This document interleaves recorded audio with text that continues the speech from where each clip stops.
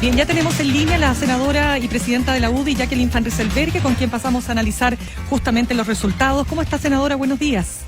Hola, ¿qué tal? Buenos días. Bueno, ¿cómo recibe usted esta diferencia aplastante? ¿Usted se sorprendió? ¿Le parecía que el rechazo iba a obtener más de los votos que obtuvo, que no llegaron a más de 22, 23%? Yo la verdad pensé que íbamos a estar por el 26, 28%. Eso es lo que pensaba sinceramente. Ah, ya, o sea, usted nunca estuvo en la posición de aquellos que decían que por lo menos la derecha tenía que obtener un 30%, no menos que aquello, ¿no? Es que lo que sucede es que en esta vuelta el rechazo no estaba, en el rechazo no estaba la derecha. Aquí claramente, ustedes mismos lo estaban diciendo, es decir, más de la mitad del gabinete del gobierno estaba en el apruebo, y esa no es gente de centro izquierda. Casi más de la mitad de Renovación Nacional estaba en el apruebo.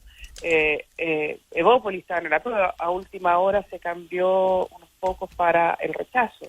Entonces, la verdad es que en ese escenario, pensar que nuestro sector, que normalmente representa el 40%, pudiera sacar el 50% de los votos,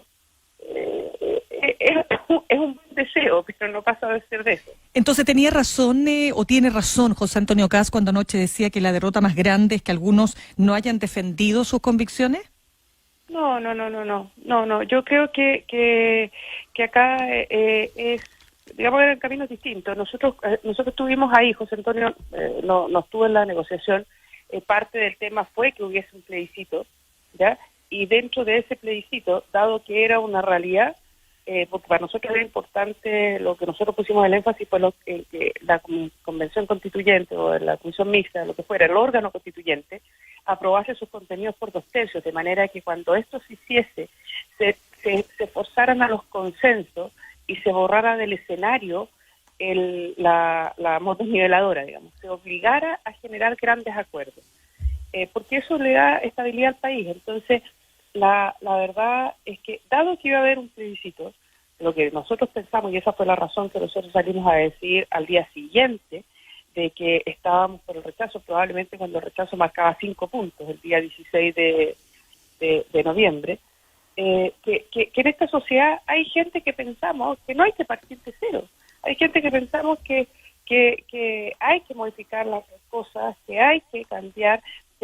algunas cosas, pero también hay que mantener otras y que hay que valorar lo que hemos construido entre todos, que ha sido en base a ciertas reglas del juego, que a lo mejor hay que adaptar algunas para a los tiempos que están, pero que y yo en lo personal no tengo mucho drama en eso, pero creo que hay ciertos pilares que nos han permitido avanzar y claro, además estuvimos en una época súper especial de pandemia, en donde es re difícil poder hacer campaña, si no es a través de las redes sociales, que es una manera media indirecta de poder hacerlo, y con un clima de bastante violencia, en donde, que no es ahora, sino que se ha venido instalando en el país, en donde cualquiera que piensa distinto, la gente se siente, o no la gente, hay algunos que se sienten con el derecho a agredir. Entonces, era un ambiente raro para poder hacer campaña y poder desinstalar ciertos conceptos que estaban instalados y que yo creo que todavía están instalados, y que hace que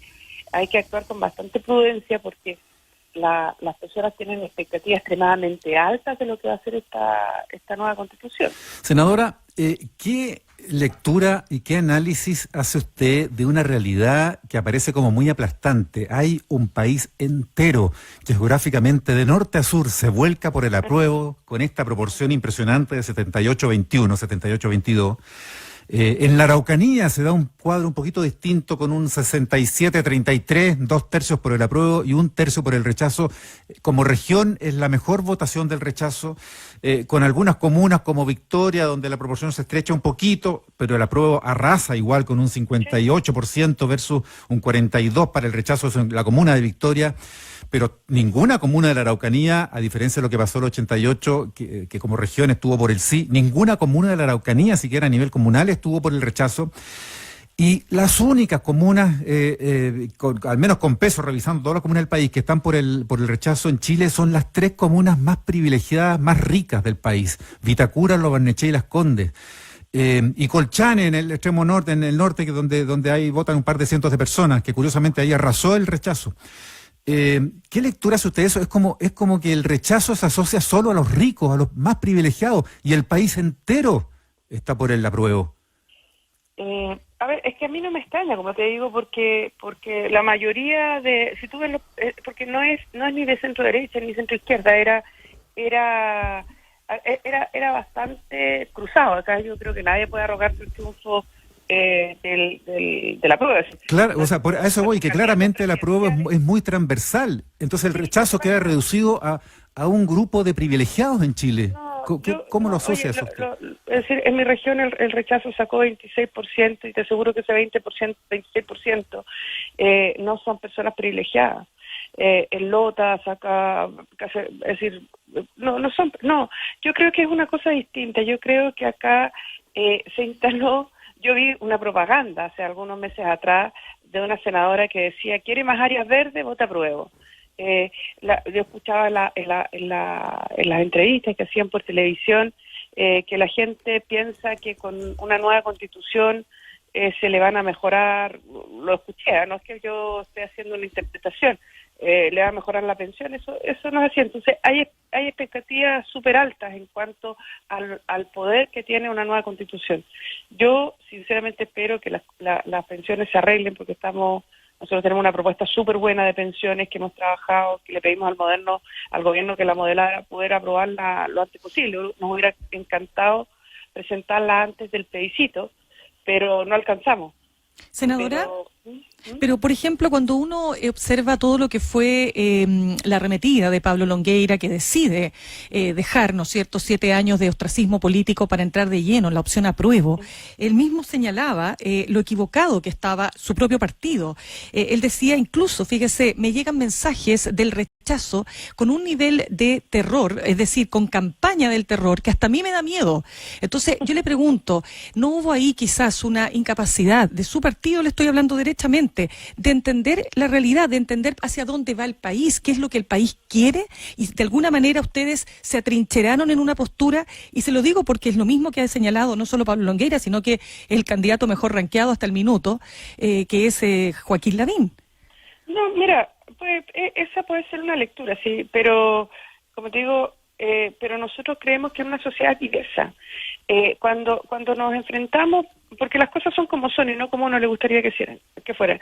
Cuando nosotros nos enfrentamos a un plebiscito que estaba dado, que fueron dentro de las condiciones que se pusieron para poder salir, para poder firmar ese acuerdo el día 15 de noviembre. La primera pregunta, ¿qué pregunta haces en el plebiscito? Y entonces, puede ser una buena o una mala decisión, pero es la decisión que se tomó en el minuto y que además fue compartida.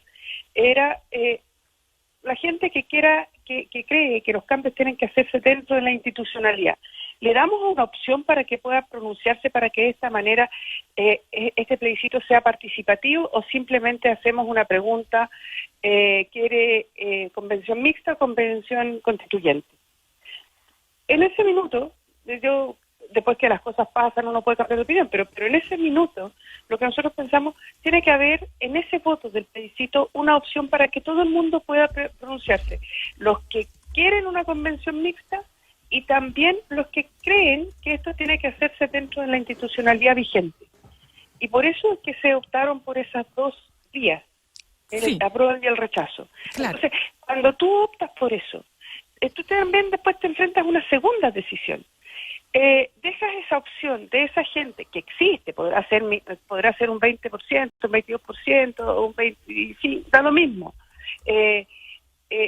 Esa gente la vas a dejar sin que esté representada, porque las sociedades son diversas y tienen que tener representantes también, o vamos a ponernos todos en la otra opción que creemos que va a ganar.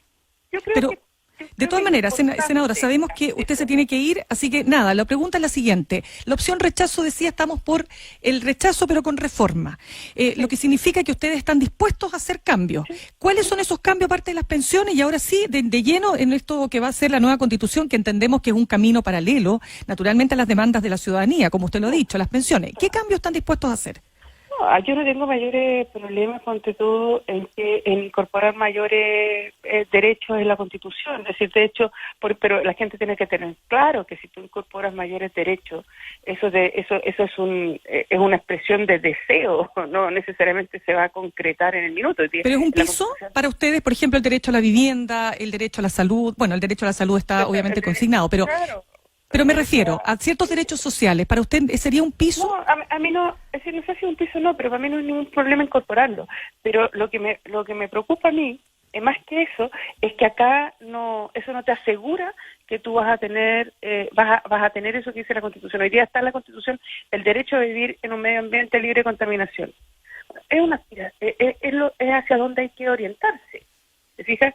Entonces yo creo que claro, es una aspiración de deseos, el marco regulatorio, pero a mí más que eso me interesa más que agregarle cosas, es que no salgan ciertas cosas.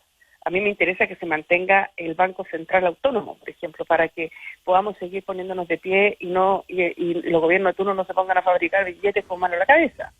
Me interesa me interesa que se mantenga la libertad de culto. Creo que esa ha sido mi región, hay mucho pueblo evangélico y me interesa que ojalá eso se mantenga y que no los vayan a llevar presos por incitación al odio cuando se pongan a predicar en la esquina. Entonces, creo que más que agregarle cosas, me preocupa que le saquen cosas. Senadora Jacqueline Van Rysselberghe, presidenta de la UDI, gracias por conversar con ADN hoy. Muchas gracias. No, muchas gracias a ustedes, que estén muy bien.